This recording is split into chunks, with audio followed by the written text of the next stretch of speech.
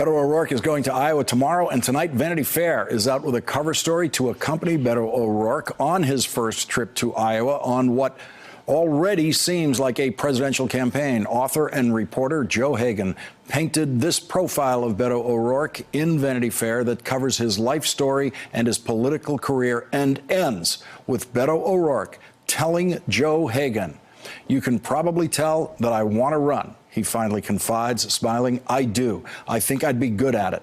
This is the fight of our lives," he continues. "Not the fight of my political life kind of crap, but like this is the fight of our lives as Americans and as humans. I want to be in it," he says, now leaning forward. "Man, I'm just born to be in it and want to do everything I humanly can for this country at this moment."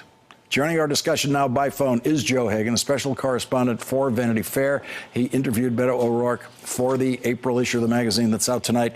Joe, he, in your piece, says everything but "I am a candidate for president of the United States." What do you think he's going to say tomorrow?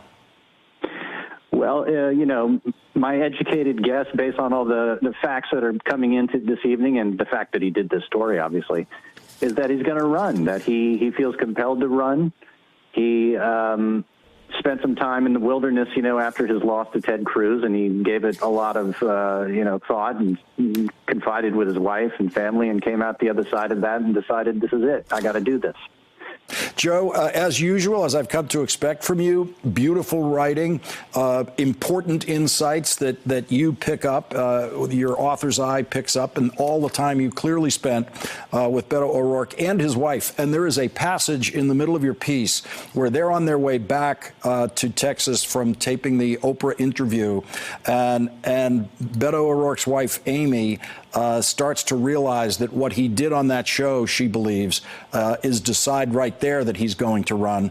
And at the end of that paragraph, you end it with her saying she knew he was running. That's right.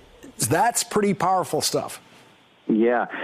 And it was only the week before that they had some kind of breakthrough in their kind of marital conversation in which they decided, okay, we're going to do this, and he kind of stays up half the night thinking about how he's going to do it. He can't sleep. He gets up the next morning and goes on this run, and it was just as easy as that. And I believe the date was February 1st, and it was right before Oprah. But I think that Oprah interview definitely was sort of like, well, this is real.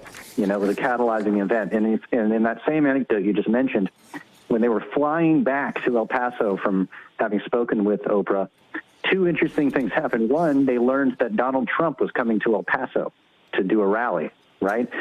Who could, there it is in black and white. You're about to be confronted by, with your ostensible opponent. And then secondly, she was reading Michelle Obama's memoir about what it was like to run for president and getting pretty nervous about it, frankly. And, they were absorbing it right there in real time. Yeah, and your description of it is much more colorful than that. There's a little bit of profanity in it, in their discussions with each other about it. And you also reveal that he told you that in the Oprah interview when he said, which was a month ago, and he said he was going to decide by the end of the month, and we're now about 2 weeks into overtime, he said on that interview he would decide before the end of the month. He told you, "I did not intend to say that." That's right. He just said it in the interview, and throughout your piece is a character who is capable of those kinds of moments. You can see where those kinds of moments come from in the way you've reported his life. Well, listen, that's what made him so compelling in his race against Ted Cruz last year, was a sense that you were out on the perimeter with this guy who's making decisions on the fly and he's a gut player, right?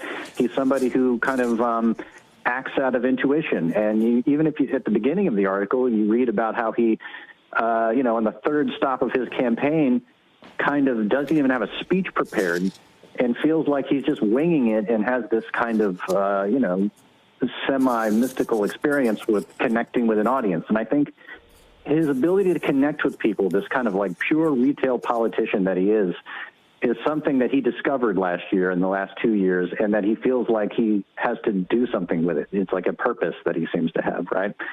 Now, whether that's going to hold up in a Democratic primary and on a national stage is yet to be seen. Joe, I was at one of the speeches that you describe in your piece, and I have to say this is really beautiful writing and beautifully observed, and it really makes the reader feel like you were there, especially the way Beto O'Rourke narrates what I was seeing up on the stage and what he was doing up on that stage. Joe Hagan, thank you very much for joining us tonight with this breaking news report. Really appreciate it. Thanks for checking out our YouTube channel. Subscribe by clicking on the button below for more from The Last Word and the rest of MSNBC.